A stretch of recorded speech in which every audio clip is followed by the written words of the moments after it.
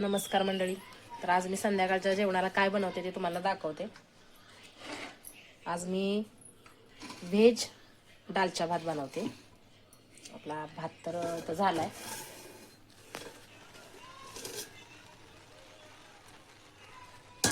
तर होत आलाय, थोडासा कच्चा आहे. आणि आता मी दालच्याला काय काय साहित्य घेतले ते तुम्हाला मी दाखवते आणि मी कशा पद्धतीने करणार आहे व्हेज दालचा तो दाखवते.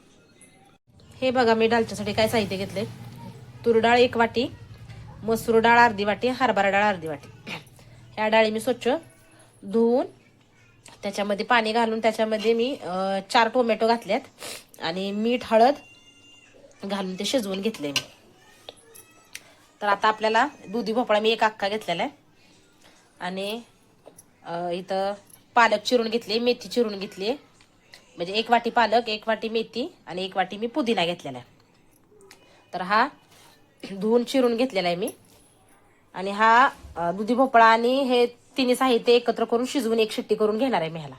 आणि इथं मी घेतलेलं आहे आलं लसूण आणि हिरवी मिरचीची मी पेस्ट करून घेतलेली आहे. थोडीशी कोथिंबीर सुद्धा वरून टाकण्यासाठी कोथिंबीर घेतलेली आहे. खडा मसाला आहे आपल्याला फोडणीसाठी. आणि कांदे घेतलेले आहेत मी इथं 5 कांदे घेतलेले आहेत चिरून, छोटे कांदे 5 घेतलेले आहेत मी. तर आता कसं मी करते ते बघा. हे बघा, आपण इथं मी तेल टाकलेलं आहे. इथे 3 पळ्या टाकल्यात मी मोठे तेल. हे बघा, माझ्या पळ्या मोठ्या आहेत. त्याच्यामध्ये आपण हा खडा मसाला टाकायचा आहे.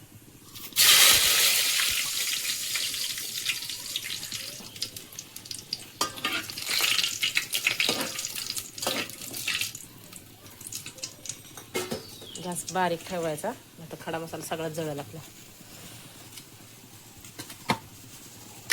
आता आपण त्याच्यामध्ये कांदे चिरलेले आहेत ते टाकायचे.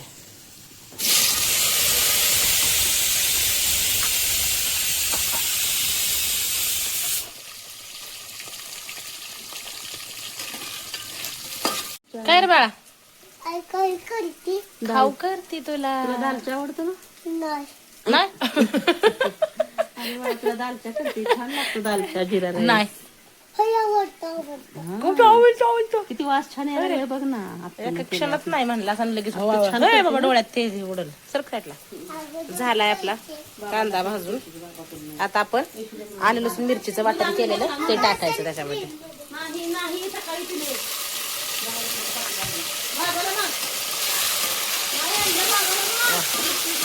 कसा वास होतो हा. आता आपण ह्याच्यामध्ये हा दालचा मसाला घेतलेला आहे. इथं थोडे धणे पूड घेतलेले आणि मिरची पावडर घेतलेली आहे. आपण एक टाकूया. हे बघा, आणि ह्याच्यामध्ये मी चिंचेचं पाणी सुद्धा घातलेलं आहे. ते दाखवायचं राहिलंय माझ्याकडनं. तर मी चिंचेचं पाणी सुद्धा गरम पाण्यामध्ये चिंच उकळून घेऊन ते टाकलेले. अखंड मी चिंच सुद्धा थोडीफार टाकलेले याच्यामध्ये. आपण ह्याच डाळीमध्ये शिजवून अगोदर घेतलेली डाळ तुम्ही बघितलीच, त्याच्यामध्येच मी दुधी भोपळा, पुदिना, पालक आणि मेथी हे टाकून मी परत ह्याला 3 शिट्ट्या केल्या. तेच आता आपण ह्याच्यामध्ये मसाला आपला शिजलाय, तेलही सुटले. तर आपण आता आपली ही ग्रेव्ही तयार झालेली ह्याच्यामध्ये टाकूया.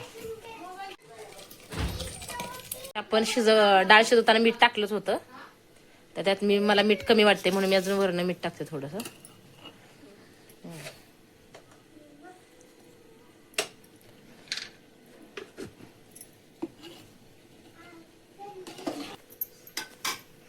वास तर मस्त येतोय. आता जरा आपण हे झाकून ठेवते मी. जरा उकळी आल्यानंतर शिजलेलंच आहे बाकीचं. उकळी आल्यानंतर झाला आपला दालचा. कमेंटमध्ये सांगा दालचा माझा कसा झालाय ते. आणि आता ह्याच्यावरून आपण कोथिंबीर टाकूया.